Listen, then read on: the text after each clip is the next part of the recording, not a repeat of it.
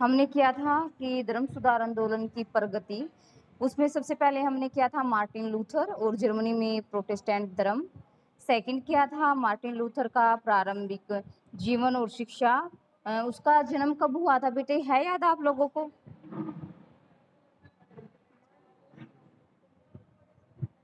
Yes. और उसकी second point हमारा लूथर की रोम यात्रा। थर्ड किया था हमने टेटजोल का विरोध। फोर्थ था लूथर तथा चर्च के मध्य संघर्ष। फिफ्थ है लूथर का निष्कासन और वर्मर्स की संधि या सभा जिसको हम कहेंगे।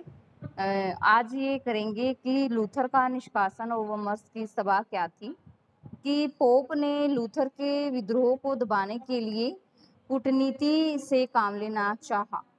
उसने लूथर को रोम में बुलाया ताकि लूथर के प्रश्नों का उत्तर दे सके, परंतु क्या हुआ कि लूथर के मित्र फेडरिक ने उसे रोम नहीं जाने दिया था और इस पर पोप ने लूथर को 60 दिनों के अंदर विद्रोह का मार्ग छोड़ने को कहा था।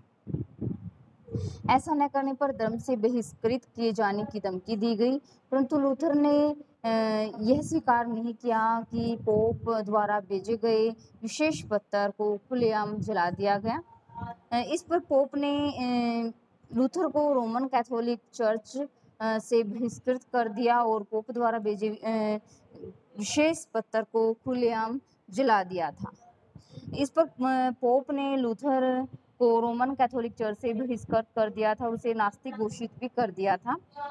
चर्च से बहिष्कृत किए जाने पर मृत्यु दंड या अग्निदंड देने की परंपरा थी। उसे क्या था कि इस काम को अंजाम देने के लिए पोप ने पवित्र रोमन साम्राज्य के सम्राट चार्ल्स पंचम को जिम्मेदारी सौंपी और सम्राट ने लूथर को सीधे मृत्युदंड देने की अपेक्षा उसका मामला भी डाइट में डाला। डाइट की बैठक वर्मर्स में हुई थी और 1521 ईस्वी में लूथर इसके समक्ष उपस्थित हुआ और इसके लूथर अपने सिद्धांतों पर भी अडिग रहा था और पोप की आलोचना भी उसने की थी और वर्मर्स में समझौता न होने के कारण लूथर के जीवन को खतरा हो गया और इस पर फेडरिक ने उसकी मदद की। फेडरिक ने उसे सैक्सनी के एक शक्तिशाली दुर्ग में भी शरण दी थी और यहाँ उसने बाइबल का जर्मन भाषा में अनुवाद किया था। नेक्स्ट हमारा प्रोटेस्टेंट नामकरण कि लूथर के मामले से निपटने के लिए डाइट की जो सभा है वो जून 1526 ईस्वी में स्पीयर में हुई थी और इस सभा में कोई निर्णय नहीं हो पाया बेटे। और इस पर 1529 ईस्वी में स्पीयर में दूसरी सभा हुई और इस सभा में वर्मर्स सभा के आदेशों को सख्ती से लागू करने की बात भी हुई और इस निर्णय को लूथर के अनुयायियों ने फेडरिक तथा हर्ष के शासक फिलिप के नेतृत्व में प्रोटेस्टेंट किया था। इसी कारण लूथर के अनुयायियों को प्रोटेस्टेंट कहा गया।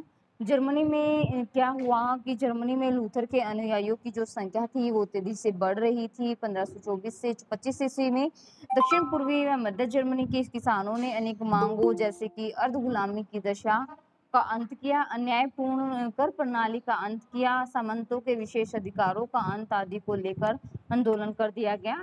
आरंभ में लूथर किसानों के आंदोलन का समर्थक था, परंतु जैसे ही किसान विद्रोह ज्यादा भड़का तो वह उसका विरोधी हो गया था। उसने विद्रोह को दबाने की भी बात की थी। नेक्स्ट आपका कि लूथर की शिक्षाएं, कि लूथर की क्या शिक्षाएं थी। लूथर फर्स्ट थी हमारे कि लूथर ने ईसा मसीह तथा पवित्र बाइबल की सत्ता को स्वीकार किया। दूसरी ओर रोमन पोप तथा चर्च की दिव्यता तथा निरूपणता को अस्वीकार कर दिया था। लूथर ने जो अधिकतर संस्कारों को अस्वीकार कर मात्र 3 संस्कार नामकरण, प्रायश्चित और प्रसाद को ही मान्यता दी थी। साथ में लूथर ने रोमन जो कैथोलिक था चर्च द्वारा निर्धारित तत्वों के स्थान पर या कर्मों के स्थान पर ईश्वर की अनुकंपा में आस्था पर बल दिया था। नेक्स्ट है कि लूथर ने चर्च के चमत्कारों को अस्वीकार कर दिया, उसके न्याय में आस्था व्यक्त की और कहा कि कोई भी जो व्यक्ति है वो न्याय से ऊपर नहीं होना चाहिए। और रोम के चर्च के प्रभुत्व को जो अस्वीकार कर दिया गया था वो राष्ट्रीय चर्च की शक्ति पर ही बल दिया गया। नेक्स्ट है हमारा मार्टिन लूथर की मृत्यु और ऑक्सबर्ग की संधि कि जर्मनी में प्रोटेस्टेंटों तथा रोमन कैथोलिकों में मतभेद बढ़ते ही जा रहे थे। पवित्र रोमन साम्राज्य का सम्राट चार्ल्स पहले तो अनेक कठिनाइयों में फंसा हुआ था, परंतु जब 1546 ईस्वी में के पश्चात उसने प्रोटेस्टेंटों के दमन की नीति अपनाई और परिणाम 1540 ईस्वी से 1555 ईस्वी तक जर्मनी में दोनों दलों के बीच युद्ध हुआ और इसी बीच 1546 ईस्वी में मार्टिन लूथर की मृत्यु हो गई थी, परंतु उसके विचारों तथा शिक्षाओं का तेजी से प्रसार हुआ और वह रोमन कैथोलिक चर्च के खिलाफ भी बगावत करने में सफल रहा था। अब प्रोटेस्टेंट मत जर्मनी के बाहर भी फैलने लगा था। नेक्स्ट है हमारा जीवलिंग। जीवलिंग 1484 से 1531 तथा स्विट्जरलैंड में प्रोटेस्टेंट वार कि रोमन कैथोलिक चर्च के प्रति जर्मनी की जो उनकी भांति अन्य प्रदेशों में भी असंतोष था। स्विट्जरलैंड में भी इस असंतोष की आवाज बुलंद करने वाला पहला व्यक्ति जीवलिंग था और उसने भी लूथर के समान स्विट्जरलैंड में 1518 ईस्वी में इस असंतोष की आवाज बुलंद करने वाला पहला व्यक्ति जीवलिंग था और उसने क्या किया कि 1517 ईस्वी में वह इस निष्कर्ष पर पहुंच गया था कि पोप व चर्च का जो पतन है वो आवश्यक है। जूरिक नगर को उसने अपनी गतिविधियों का केंद्र बनाया। शीघ्र ही लूथर की तरह ही जीवलिंग को स्विट्जरलैंड के सुधारवादियों का समर्थन भी प्राप्त हुआ और 1523 ईस्वी में उसने जीवलिंग की धर्म सभा में भाग लिया। इसके बाद उसने धर्म सुधार को लेकर 67 बातें सामने रखी और 1525 ईस्वी में उसने रिफॉर्म चर्च की भी स्थापना की। नेक्स्ट बेटे आपका जॉन कॉल्विन तथा प्रोटेस्टेंट धर्म के प्रसार की जो लूथर तथा ज्वेलिंग के कार्यों को आगे बढ़ाने का काम जॉन कॉल्विन ने किया था। उसका जो जन्म है वो फ्रांस में हुआ था और कानून तथा धर्मशास्त्र की जो शिक्षा है वो प्राप्त करते हुए कॉल्विन धर्म सुधार आंदोलन के संपर्क में आया और लूथर के प्रभाव के परिणाम स्वरूप उसने रोमन कैथोलिक धर्म का विरोध करना शुरू कर दिया था। वह अपने विचारों को लोगों के सामने रखा। इससे युवा होने के बावजूद उसके समर्थकों की जो संख्या है वो बढ़ने लगी थी। स्विट्जरलैंड में वह जीवन के संपर्क में आया और उसके विचारों से गहरा प्रभावित भी हुआ। उससे ने जेनेवा नगर को अपनी गतिविधियों का केंद्र बनाया और जेनेवा का धर्म के साथ साथ राजनीतिक शासक भी बन गया था वो। और 1536 ईस्वी में उसने ईसाई धर्म के आधारभूत सिद्धांत नामक पुस्तक की रचना की जिसमें प्रोटेस्टेंट धर्म के सिद्धांतों की समीक्षा की गई थी।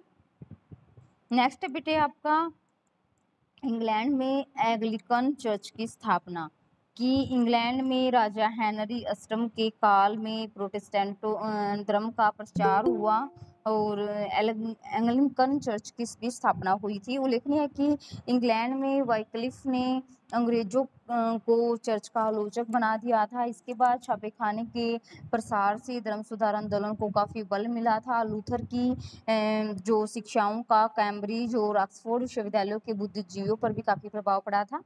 फिर भी यह कहा जा सकता है कि हेनरी अष्टम ने इंग्लैंड में रोमन कैथोलिक चर्च से संबंध तोड़कर स्वतंत्र एंग्लिकन चर्च की स्थापना में महत्वपूर्ण भूमिका निभाई।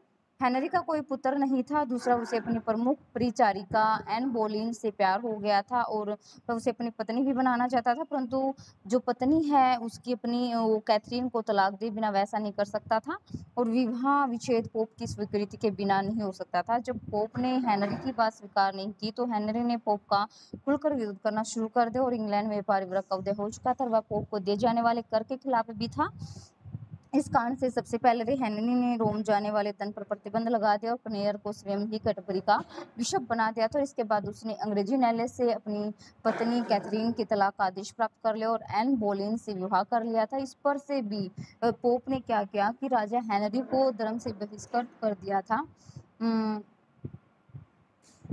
इसका उत्तर में देते हुए क्या हुआ कि हेनरी ने पोप से पूर्णतः संबंध स्थापित कर लिए थे और उधर पार्लियामेंट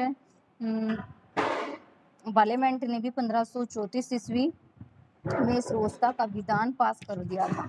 इस विधान के अनुसार राजा हेनरी को पोप की जगह इंग्लैंड में चर्च का अध्यक्ष घोषित कर दिया था। नेक्स्ट बेटे आपका धर्म सुधार आंदोलन का परिणाम क्या रहे।